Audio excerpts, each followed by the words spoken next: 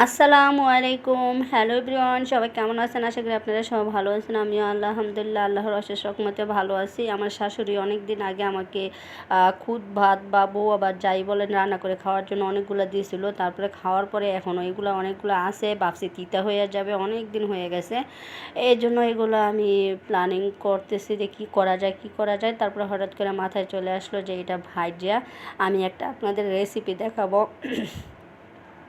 এই রেসিপিটা খাইলে যারা জ্বর ঠান্ডা অসুস্থ বা মুখের রুচি কম আসে, এটা খাইলে মুখের রুচি চলে আসে। আর এটা আমাদের ফ্যামিলির সবাই অনেক পছন্দ করে। আর এই যে এখন আমি এটা ভাইজা নিয়েছি, তাওয়াটা একটু ছোট হয়ে গেছে, তারপর অনেক কষ্ট হচ্ছে বাঁচতে। আমার আগে একটা বড় তাওয়া ছিল, ওইটা ভেঙে গেছে। এখন আমি এটা কিনে আনছি, ভাবছি আরেকটা কিনতে হবে। এটা দিয়ে রুটি সেকার জন্য পারফেক্ট, চাউল টাউল ভাজার জন্য পারফেক্ট না।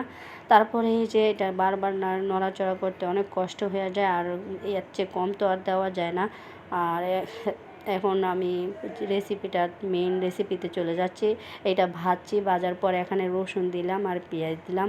এগুলো ধুয়ে তারপরে এগুলা ছিললা, তারপরে এইভাবে কিউব কিউব করে কাইটটা নিতে হবে। তারপরে এখানে দিতে হবে,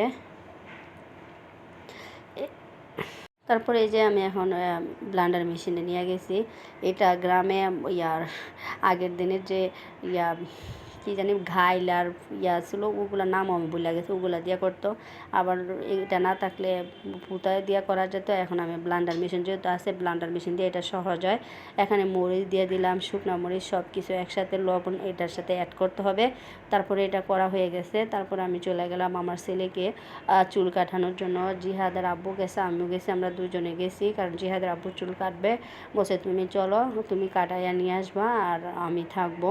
ওর আব্বু শিপ হবে, চুল কাটবে। যাওয়ার পর আর আমি যাওয়ার আরেকটা কারণ এখানে অবশ্যই আছে, কারণ ঈদ আরও অনেক দিন চলে আসে, মোটামুটি প্রায় 1-1.5 সপ্তাহের উপরে আছে ঈদ। সামনের মাসের হয়তো 4 তারিখে। এই জন্য আমি ভাবছি যে এটা একটু ছোটো করে চুলগুলো কাইটে আনবো, বাড়িতে যাতে যেতে একটু বড় হয়ে যাবে। আর এখন যে গরম পড়ছে, আমি একদম ছোটো করে নিয়ে আসবো। আর আমি যদি না যাই, জিয়াদের আব্বু স্টাইলিশ করে চুল বেশি একটা কাটে না, এই জন্য আমি চলে গেছি। তা আমার ছেলে খালি ওখানে তো আর কিছু বলে নাই, বাবার বয়ে সবাইকে লজ্জা পাইছে, কিছু বলে নাই।